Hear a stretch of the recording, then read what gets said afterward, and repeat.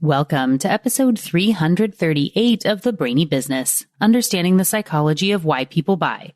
Today's episode is all about the behavioral economics of Peloton. Ready? Let's get started. You are listening to the Brainy Business Podcast, where we dig into the psychology of why people buy and help you incorporate behavioral economics into your business, making it more brain-friendly. Now here's your host, Melina Palmer. Hello, everyone. My name is Melina Palmer, and I want to welcome you to the Brainy Business Podcast. Today's episode is in one of my very favorite formats, the Behavioral Economics Analysis of series.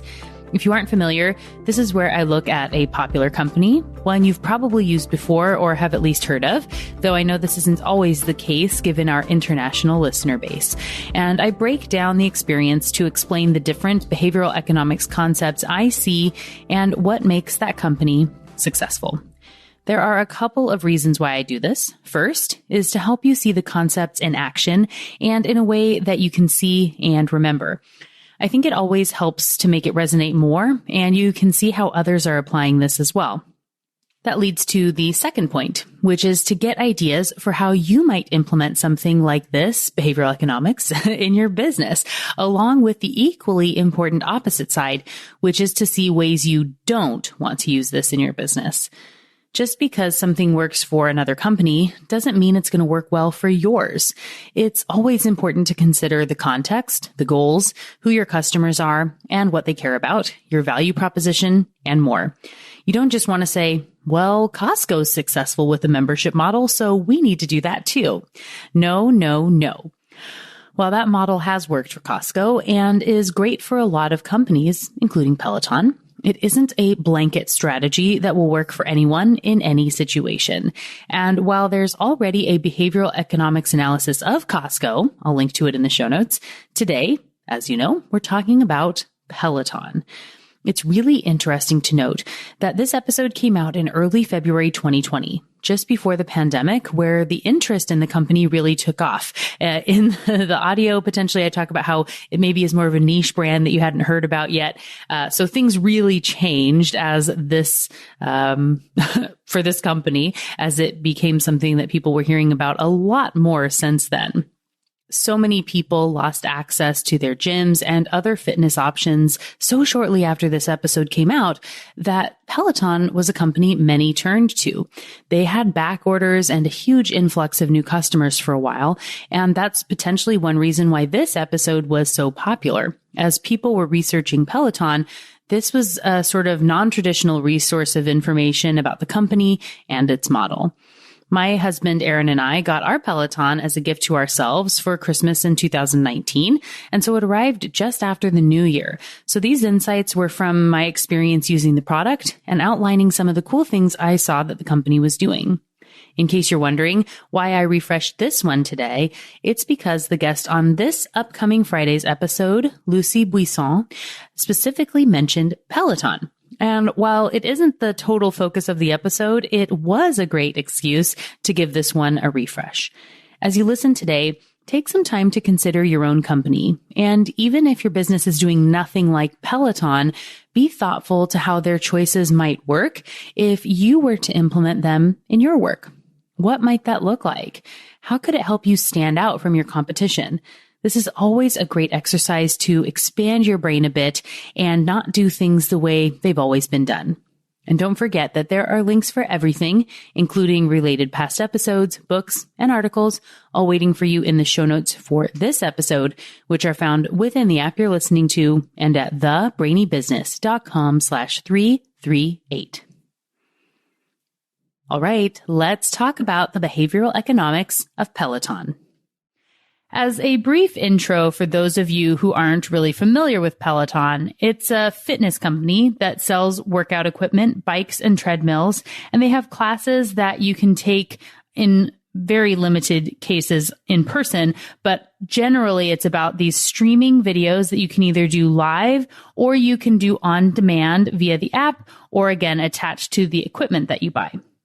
According to Peloton's website, there are now more than 1.6 million members as of September 2019, so I'm sure it's gone up since then.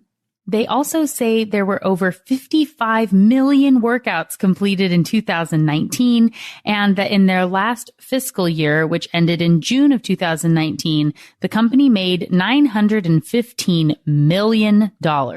Wow. Another stat from their site is something that any company should boast over.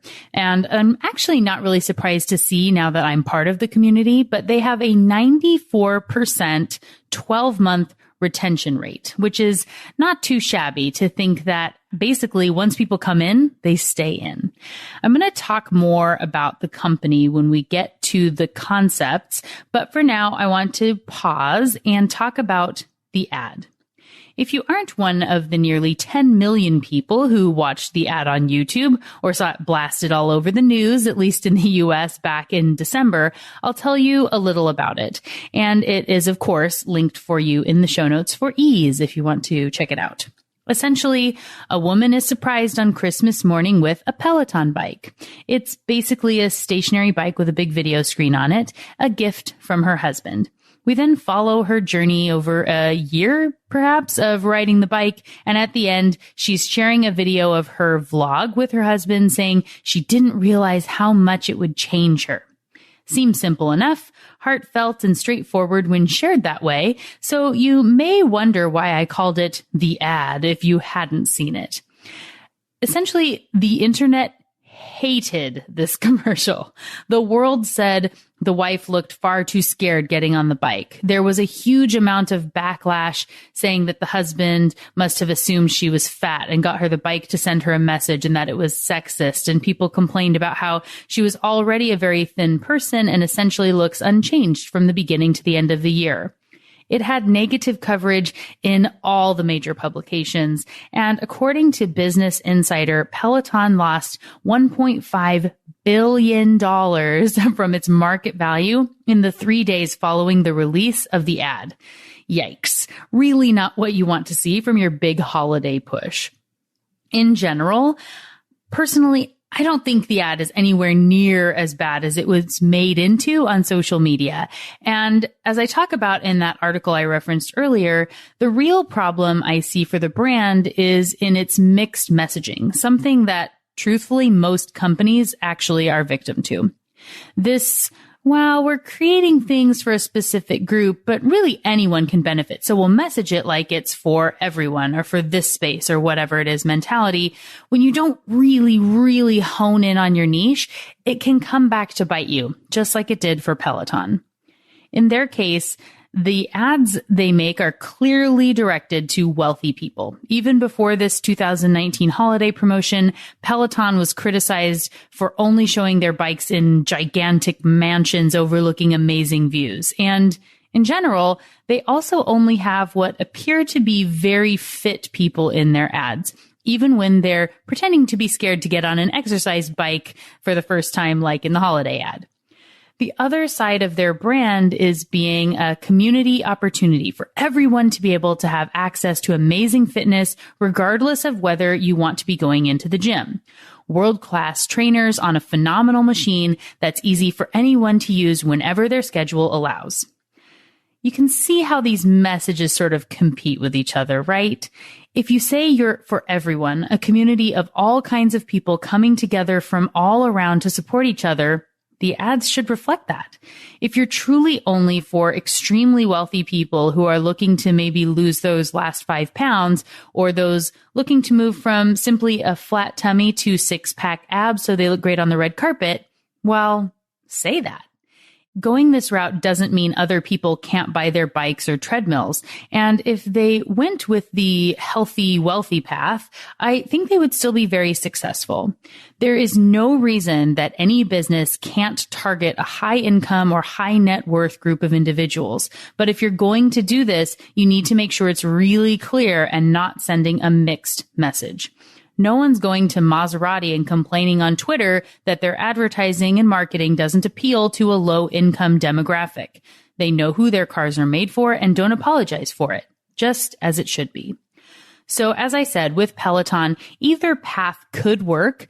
And I think that they do want to be inclusive, especially after having my bike for about a month now. I mean, their website is onepeloton.com, and they share that messaging throughout all the workouts and everything they do. They really do appear to be very focused on the community that they're building. And with a few small tweaks, their ad would have been well aligned with this inclusivity approach. First, it needed a teeny tiny bit of backstory so everyone knew the wife actually wanted a Peloton, and it wasn't like her husband bought her a vacuum cleaner for Christmas and an apron or something, which is really the ultimate bad gift. If the commercial would have opened with her leaving a note in his day planner that said, "Reminder, buy Susie's Peloton," with a winky face emoji, or if there was a text conversation saying, "Ugh, stuck at work again, guess I can't meet you at Spin after all," sad face, then when she got the Peloton for Christmas, it would have been really clear that it was what she wanted and not a thinly veiled attempt by her husband to tell her she was fat. For any business, you can't assume everyone who watches your ad or sees your message is coming from the same place as you. You're too deeply ingrained in what you're doing and what you're about, especially with something like health and fitness, where everyone has their own story and history and pain points and quick triggers. It's essentially a minefield that must be very carefully navigated. When you don't provide the proper context in the backstory, people will fill it in with their own story, which could be loaded with those negatives. Always take a step back and look at your messages from many perspectives and just try to find what people could disagree with or not like. You're not going to catch everything, but it's really important to do this to fix the big stuff that you may not be noticing when you're too close to the content that you're making and the stories that you're about and what you know your product can do. People who have never heard of you or that aren't really familiar aren't necessarily going to put everything together in the way that you want them to without the right context. So beyond that intro piece, I would have also recommended, if Peloton was my client, making a noticeable difference in the protagonist from the beginning to the end of the story. Even though it's only 30 seconds, a lot can happen in that time. It looks like the entire thing, honestly, was filmed in one day with a lot of wardrobe changes. And I'm not going to get into the she started thin controversy because I know everyone has goals they're working toward. Losing weight is not the only goal, and bodies can change without dropping a bunch of sizes. However, if you're going to do a montage and show how much someone changed since getting their Peloton, we should all see the change easily as well. It could be showing a before and after of a calf muscle and its definition, or now that you have ab lines, or really anything. It doesn't matter. If you want it to be a mental thing, which is fine as well, because the bikes have mindset and mantras and all that sort of stuff within the app and community. We just needed that context at the beginning of the ad, like I talked about, where you could have shown her really frazzled and now she's much calmer and feeling happier and getting up easier or whatever it is. If the change isn't visible, it doesn't exist for the viewer. Even if you think it should or that we should make that connection, it just doesn't work that way. Lastly, if you're going with the inclusive message, it should have closed with a very quick line like one of the many stories of Peloton, which could then trim down to say one Peloton to bring people to the website, or one of the many stories of Peloton, start yours, or are you next, or yours is next, whatever it is. You could have shown profiles then of a bunch of people and their own bikes and a bunch of squares, so she's just one of the group. There are a million little ways this could have been slightly tweaked to amp up the community and inclusivity piece, but they just weren't there. I believe focusing on their true purpose and niche would make this very easily achieved, and I truly hope that they do this in the future. I think their ads would be really, really successful if they were to do that. And again, if I were consulting to Peloton, I would recommend they get some actual people who get the bike or treadmill and follow them through their journey. Get them to agree to a setup where they're being filmed or need to take pictures or do their own vlog.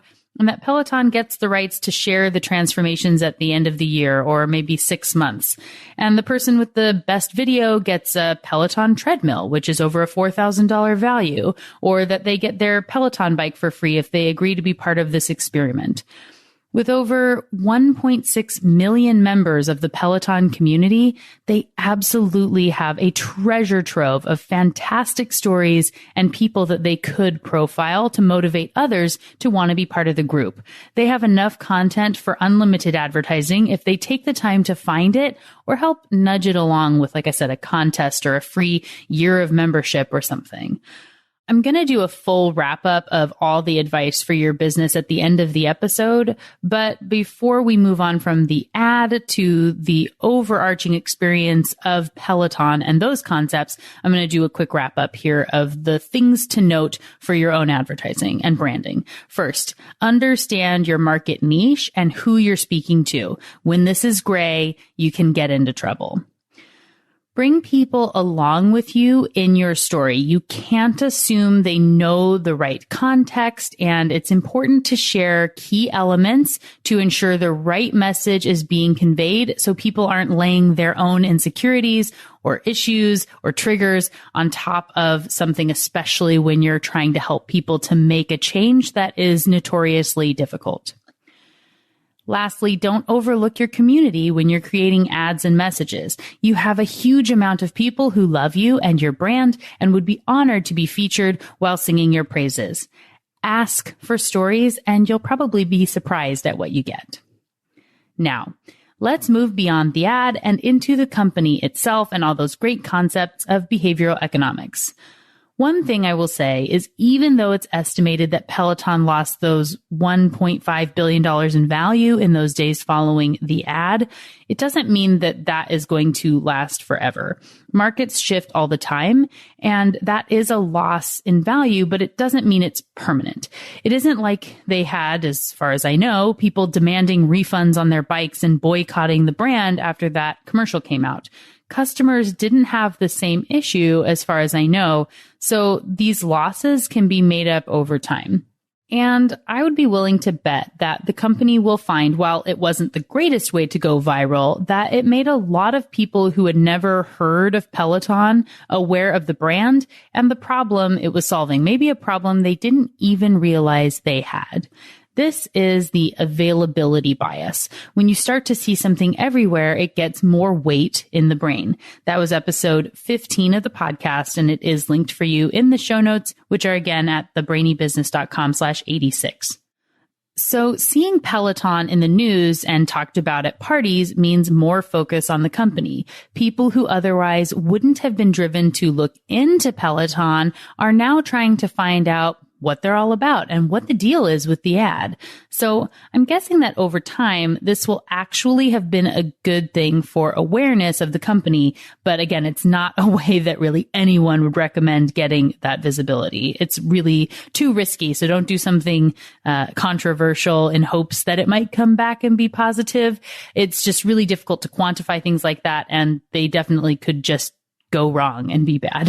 So for most people who started looking at Peloton over the holidays, maybe even bought one, they wouldn't likely say that they were introduced to the bikes or got the idea from the bad ad being blasted on social media.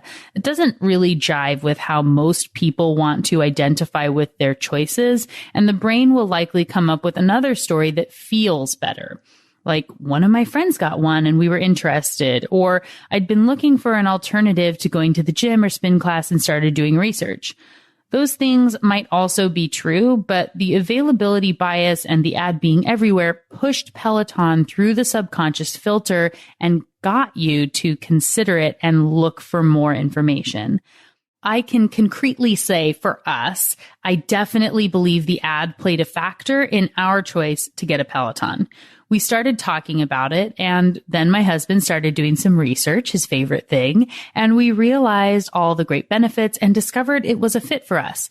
But I don't think we would have gotten to that point without the ad as a controversial awareness prompt. Definitely not, at least at the time that we ended up getting it. Do remember, though, they were already a well-established company before the ad with 1.6 million members and had gone public in September. One of the reasons it was easy to join Peloton was in the framing of their offer. Their equipment is admittedly expensive. A bike is over $2,000, and as I already said, the treadmill is over $4,000 to buy. With that offer, it's difficult to get people to try one out because it's such a big investment.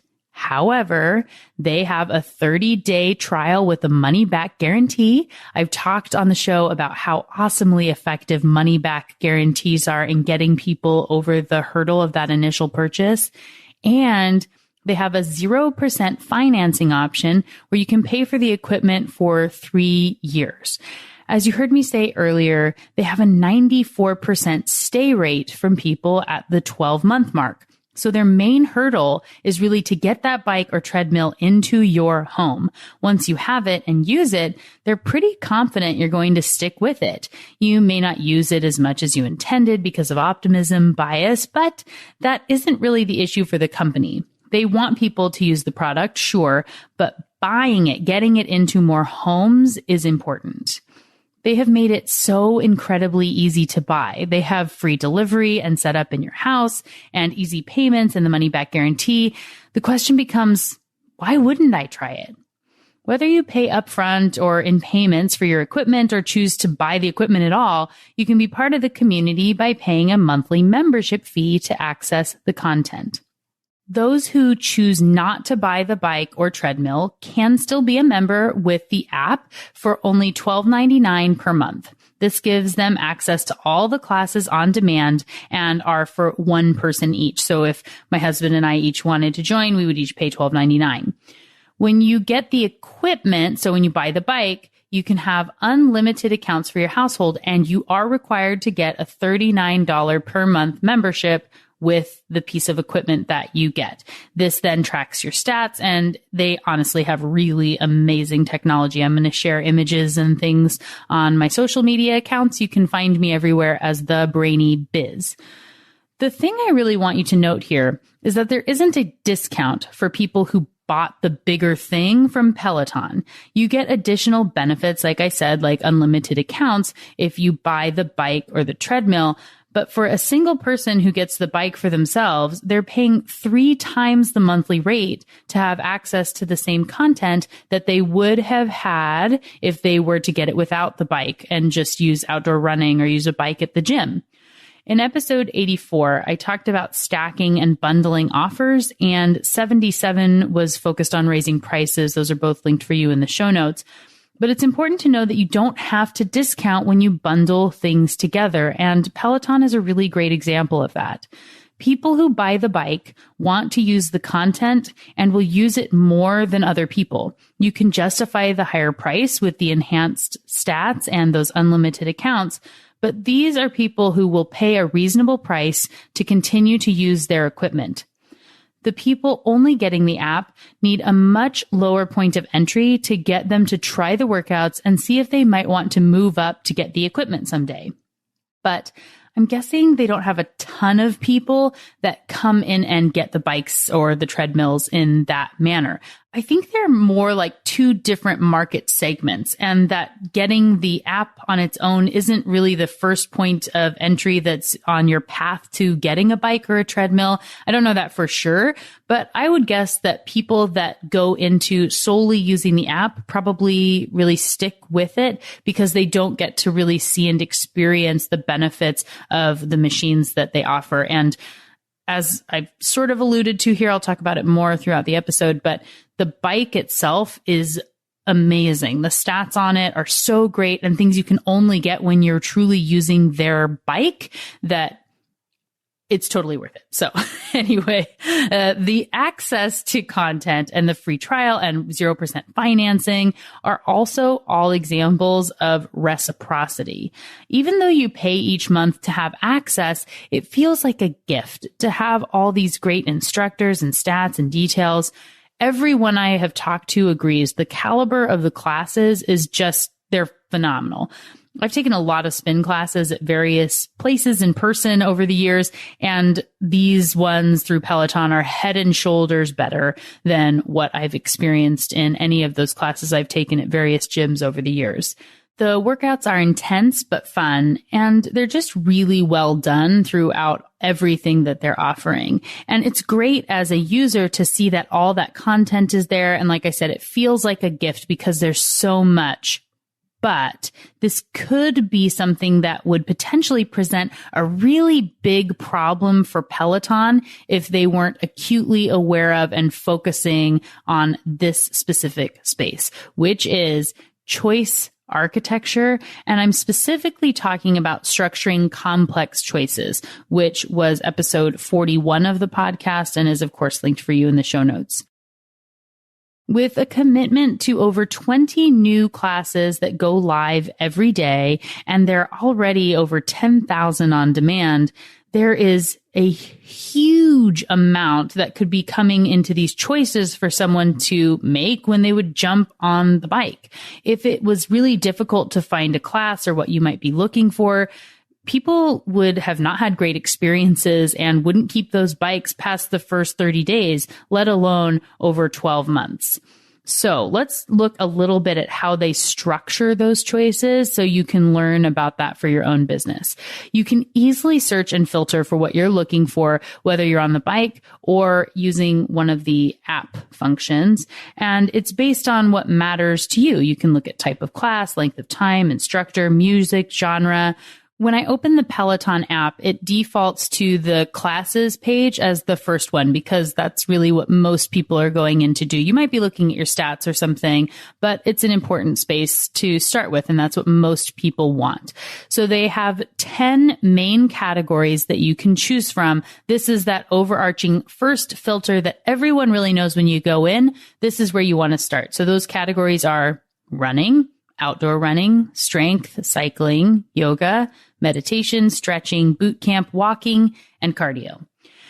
When I click on, say, cycling, it opens up with some recommended rides at the top. And I do think it's important to note that while the majority of the community is doing the cycling, that's not the first thing on the list. So you have to look past running and strength before you get to cycling, which also helps to remind people that running and that their treadmill is something that exists for when you're ready. So you have to go through a few options to get to cycling. You don't always want to put the most prominent thing first. Sometimes it's good to have people search a little bit to get to the thing that they're looking for. And even if they don't consciously resonate that they're sifting through these other options, it is hitting the subconscious and they are reminding them every time they look at those. So when I click on cycling, it's going to open up with some recommended rides at the top, and they all have images of the instructor in case you recognize someone you have liked classes from before. And it's not just their standard headshot. It's a shot from the actual class. And so if I remember someone was wearing a green shirt or their hair was up in a certain way or whatnot, I can then know very quickly that that was the course maybe that I was looking for. Or if I don't want one I've done before, then I can know, oh no, I've seen that shirt before, so I don't want this one. If I have liked or bookmarked a ride, that is noted. And if someone in my community, which I'll get to in a minute, if they've taken a class, I can see that too. And so you can use the filters then to refine a search if you don't want any of those top suggested ones that come up when you first click on that main theme of cycling. The filter options that are there, and it's very easy. Again, the filter icon comes up at the bottom of the page. You don't have to search for it. It's just there. And the options there are for length. There are 9 options from 5 minutes up to 90. They also have class type, instructor, and music genre. And you can choose to sort by new, popular, trending, top rated, easiest, and hardest. So I might say that I want a 30-minute intervals class that plays pop music, and there are 112 classes to choose from. Or if I know I only want a specific instructor, in this case, I picked Allie Love, who's the first person on the list. She has 388 classes, so I might want to then come up with some other filters. This is easy on the bike or from the app when you're out and about. For example, when I run outside or on the treadmill at the gym, got to train for that half marathon, I use the outdoor running content. When I'm done with that, it will suggest stretching or strength courses I might want to take that complement my run. And those are different than the strength training classes that are recommended when I finish a cycling ride. It's really awesome when you dig in. It's like a personal trainer on your schedule, or rather 100 personal trainers who don't yell at you or make you feel inadequate. So the fear of doing something wrong or being judged is completely eliminated from the experience. You get lots of benefits without the scary parts of being in a gym. It's really great and a smart system when you think about how they've structured all of this. It's very obviously thoughtful.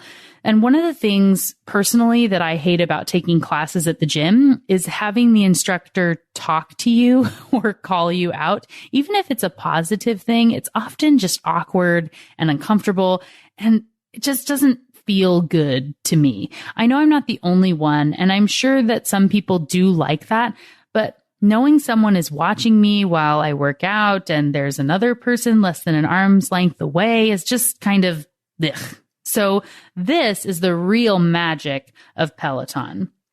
They use concepts of herding and social proof to really enhance the community experience.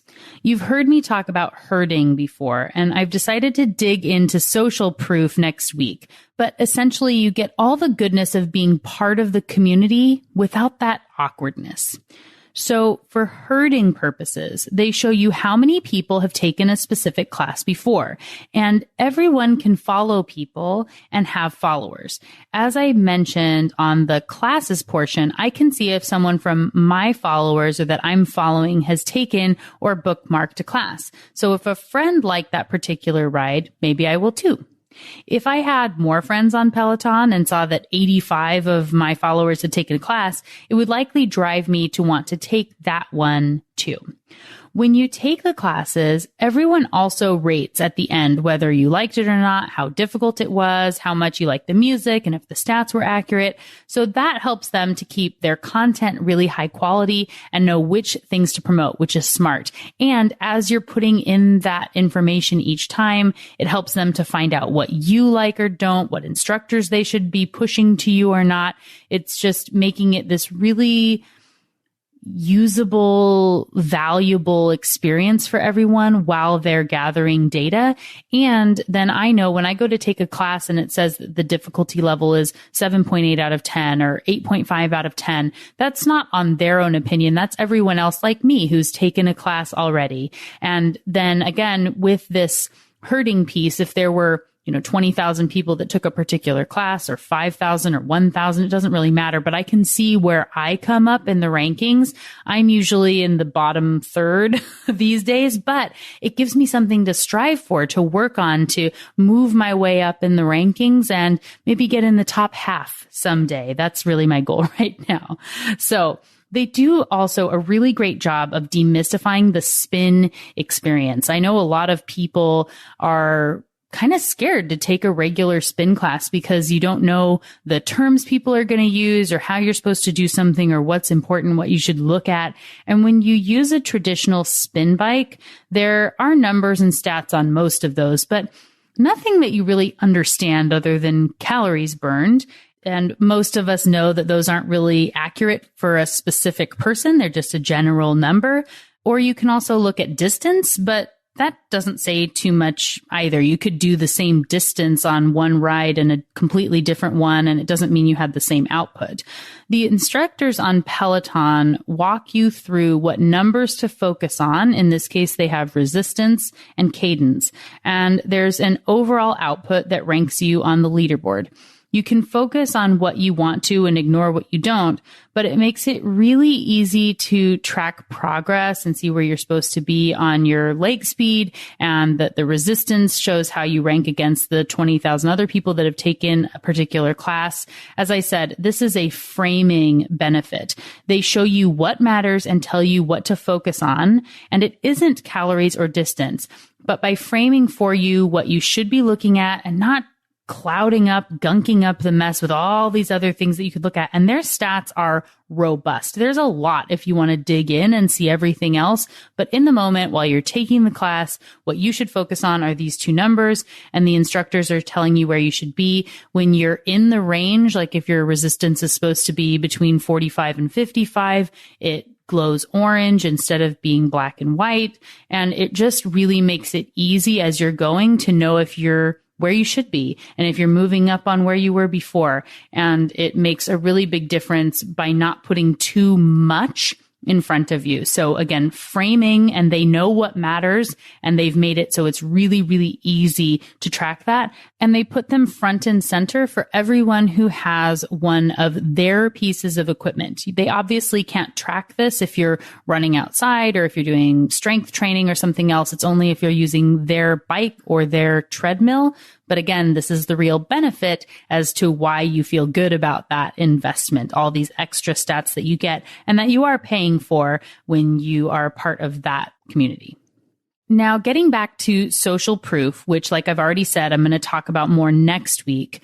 It's kind of like herding in that it shows other people are there and liking the course.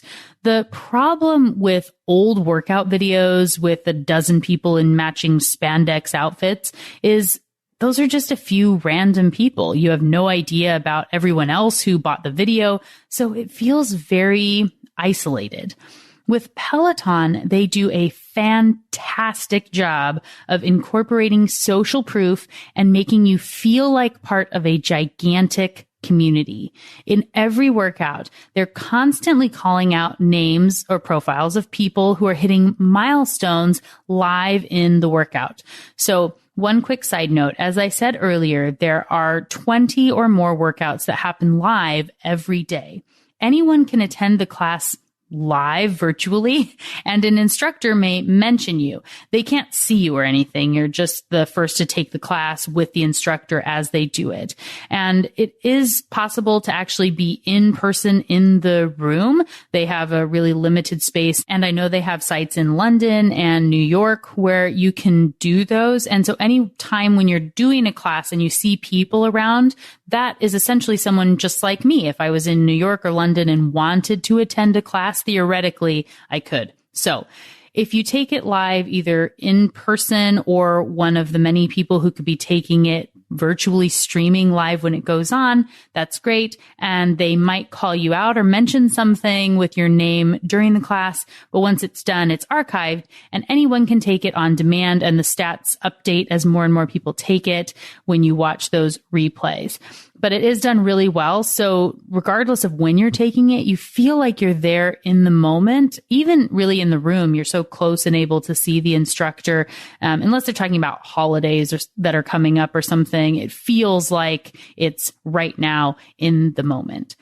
So it's really impressive to me that those instructors can be focusing on juggling so many different things at one time. So they're focusing on the class that's live there in the room, and they do interact with them a little bit, but they're also focusing on that digital leaderboard of the people who are taking the class virtually in real time. And they're not excluding people who are watching it later so that you still feel like you're part of a class, even if it was filmed 6 months ago. And, you know, they're doing all of this while they're completing a 45-minute difficult spin class. So they shout out milestones throughout the class, starting high and working their way down. This helps with anchoring, another concept that's really important with Peloton. So they'll say things like, Ann Smith, congrats on your 1200th ride today. And then work down to people hitting their 500th, 400th, 250th, 100th, or 50th ride. They are announcing those milestones. And if you're a beginner, you can't help but think, wow, people really love and stick with this. I wonder when I'll hit a milestone. There are also badges and achievements as you hit milestones like 10 rides or things like that, and it becomes part of your identity to be one Peloton, something the instructors mention throughout the classes, and they also focus on mindset and pushing through mental blocks. All the instructors have a different vibe, and I'm confident anyone could find at least one instructor whose style resonates with their own. So these anchors are set in tandem with that social proof by announcing them live in class for those who are hitting milestones. And you can also give out virtual high fives during the class and things like that.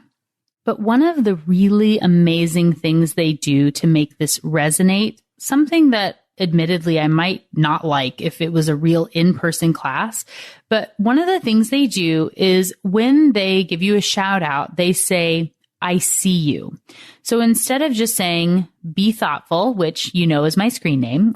So instead of saying, be thoughtful, congrats on 10 rides today, and leaving it at that, they say, be thoughtful, congrats on 10 rides today. I see you. Susie, Annie, Steve, congrats on 50 rides. I see you. This is so subtle. And I don't know that everyone picks up on it, but this is absolutely, it has to be intentional, and it is very, very smart. Even if they aren't talking to me directly, and they definitely aren't because I haven't taken a live class yet, it feels like they are and makes it all that more real.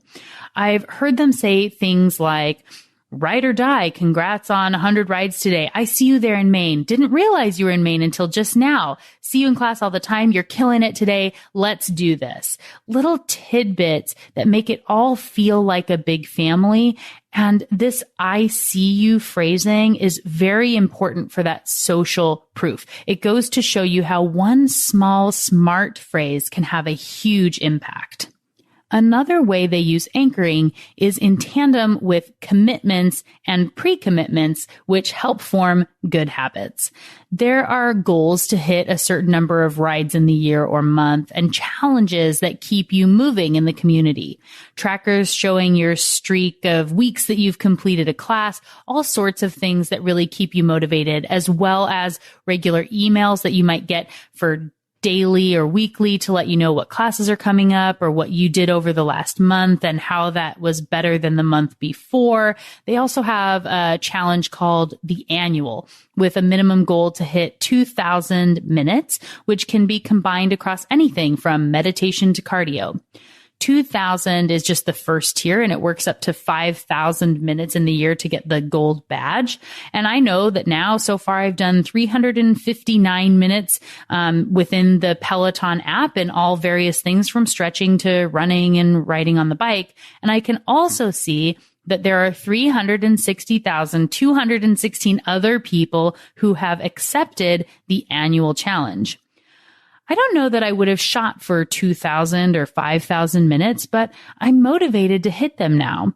And there's also a challenge to run 10 miles in February, which is the minimum and gold status if you run 40 miles. And that one has nearly 35,000 participants. Plus they have a general activity to work out at least 5 days a month with gold status at 15 days. These anchors help boost the amount you might have worked out otherwise and are combined again with herding to make you see other people have these goals. Other people are succeeding in this. I want to be like everybody else who's part of Peloton and doing these amazing things, and they're very fit. And if I want to be fit like them, I need to change my habits and reach the goal. By setting these big anchors, I'm going to do more. I've talked about this a bit on the show before in episode 67 on getting and staying motivated, so I'm not going to dig into it too much here. But commitments and pre-commitments to challenges like this are absolutely known to work in behavioral change. At the end of the day, Peloton wants and needs people to change their behavior, to use the app and equipment consistently so they continue to find value and pay the monthly subscription. And if you feel like part of the community, you want to shout out you're part of the group. The herd becomes part of your identity. So they also have workout gear you can buy with the Peloton name and logo on it. Hats, clothes, water bottles. We actually got a free hat and water bottle when we bought our bike, which triggers reciprocity. Tiny little items that cost them, pennies compared to what we're spending on the bike and things like that. And this also then becomes a form of self-herding, something I've talked about on the show before. It makes me feel like I am the type of person who wears Peloton gear or shares it on a water bottle. So it's easier to buy more things with the logo on them later on. If I didn't have anything with a Peloton logo, I might feel a little awkward about it. But let's say I got my hat and I was wearing it out, or I was using my water bottle and people are commenting, hey, I'm part of Peloton too. It might make me feel good. And like, I want to get more items with the Peloton logo, something I wouldn't experience if they didn't gift me those free items. And you also get to see the outfits on a lot of the instructors who wear them while teaching the classes. So for 30 or 45 minutes while you're watching somebody during a ride, I might be thinking, hey, that's cute, or I like that over and over again. And then I want to take a look at those when they pop up in an email I get, or if I'm looking in the app.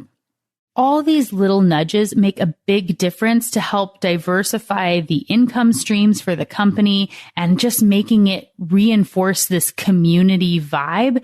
And it helps to show why Peloton is so smart and that they're making mostly good choices. I do hope that they will show off more of the benefits in their future ad campaigns and really play on that one Peloton line and just how amazing their technology really is.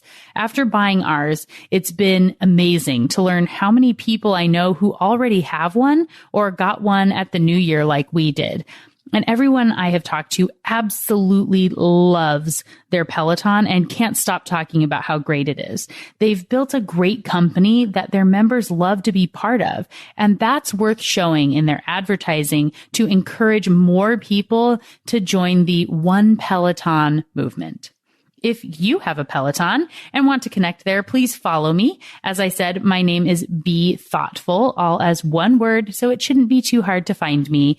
I look forward to seeing you there. And before closing out the episode, as promised, I want to do a recap of the key items for you to learn from Peloton to use in your own business. First is what I talked about in the notorious ad. Know who you're speaking to and make sure your branding is aligned with that target market. Narrowing your focus is good and will help you better align with your right people. Also, know that context is important in any story you're trying to tell. You can't assume people know the story or have the same background as you have when you came up with a particular story. Take the time to understand which details are important and show them in the right order to support your brand's message, especially if you're in a space where people have really quick triggers and hot buttons like weight loss and health. Next is to use the stories from your community, the people who already know and love you. They'll feel honored to be included and can help others want to join you as well. Real stories are almost always more compelling for bringing on new customers than making something up. It is okay to have complex offerings with a lot of choices, but you need to make sure the structure of those is really easy for people who are going to use your product or service. Think about the user experience. What's the most important first category? What is someone thinking they want to do that they want to sort out initially? Like, am I running or cycling or doing yoga? And then how do you present the information and options? And is there a way to have defaults or remembered settings?